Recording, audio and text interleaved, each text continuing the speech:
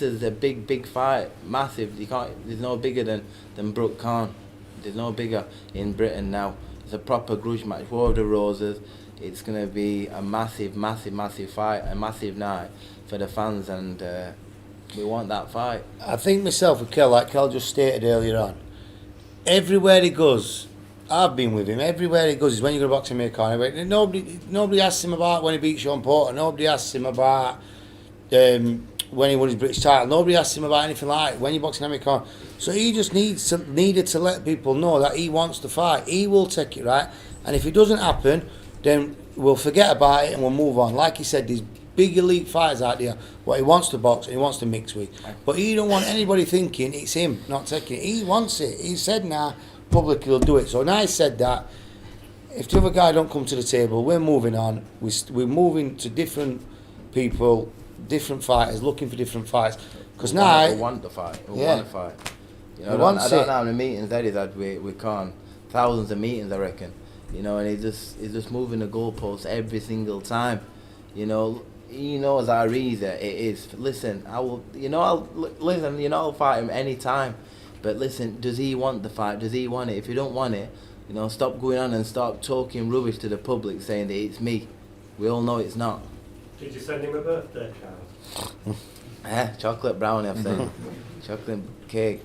Kell, Amir's got his eyes set on Crawford. I mean, where does that put you if he does fight Crawford? This puts it to bed, doesn't it? It's like I can hold my hands up, you know, and I can hold my hands. Fight after Crawford? No, listen, I'm going. It can't happen. It's got to happen now. We're under the same promotion. It has to happen now, Skeder. It has to happen now. It can't happen. It can't happen if he fights Crawford. Now is the time to make the fight.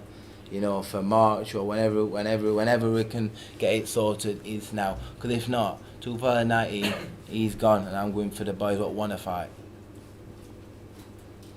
Eddie, as Kell's promoter, would you advise him to drop down to 147 or fight 154 if the Khan fight doesn't happen?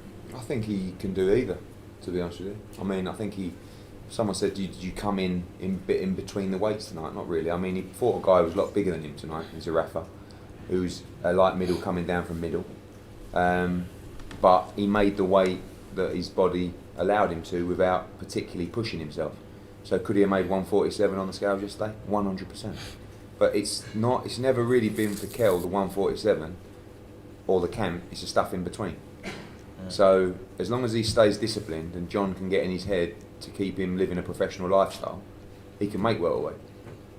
It's in the old days he might go up to 13 stone now in the next 5 weeks, and then it's a complete mission, and the entire focus of the camp is to make the weight limit rather than thinking about improving in the strategy of the fight. So as long as he lives the life, he can make 147. And I think in his mind, all he's thinking about weight-wise is what Khan has said he'll take the fight at, which is 147. So he's already in his head, he's going to make 147. If a big fight comes at 154, I think he can take that as well. But it's, you know, when you say that fight will always be there, it won't. Because Amir would fight Crawford and Kell will dive into deep fights. If one of those win that deep fights, all the negotiations completely fucked, because one will win, one will lose, and it will just never ever happen. We're at a point now where there's massive money for both guys. Kell was making concessions. Amir Khan must look at that tonight and say, I'm getting double the money to fight Kell Brook than I am to fight Terence Crawford. And after Kell's performance, he must fancy that he's got a great chance to beat Kell Brook. So I understand legacy and world titles, but he's done that. It's not like he's never won a world title. This is the fight. The legacy will always be reminded, as many people say to him, when you're going to fight Amir Khan, the same people say to Amir Khan, when you're going to fight Kell Brook. You've only got to look at his Twitter feed. But, you know, he does like jumping into big fights. Everybody does, and he does like the Crawford fight. But, I've told him, it is now or never. It's not lose to Crawford or win to Crawford, come back, fight Kell, because Kell's going to go into fighting the States or a big fight here anyway. There's no real excuse why it shouldn't happen next, really.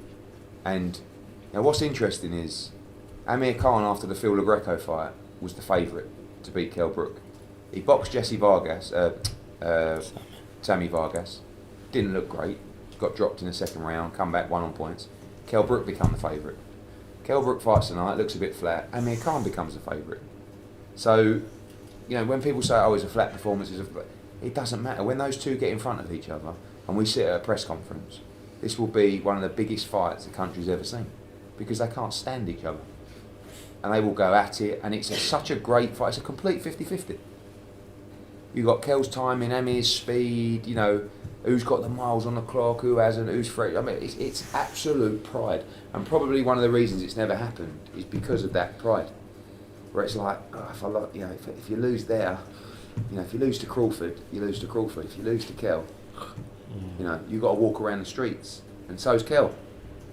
But that's why it's such a big fight, because they're both petrified of losing that fight. Petrified.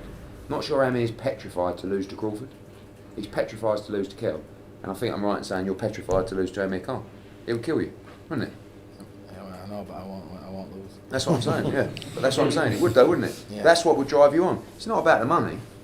If he lost to AMIR KNAN, you probably you'd have to live, but you'd have to live your life like that, and it would eat you up. That's why when there's so much on the line, it's what makes it such a big fight. It's not, oh, I'll go over there and have a go, and if it don't work out, it don't work out. It's fuck me, I've got to beat this guy. This is gonna, and the build-up will just get bigger and bigger and bigger. And by the time it comes around, it'll be so big, that fight. But who knows?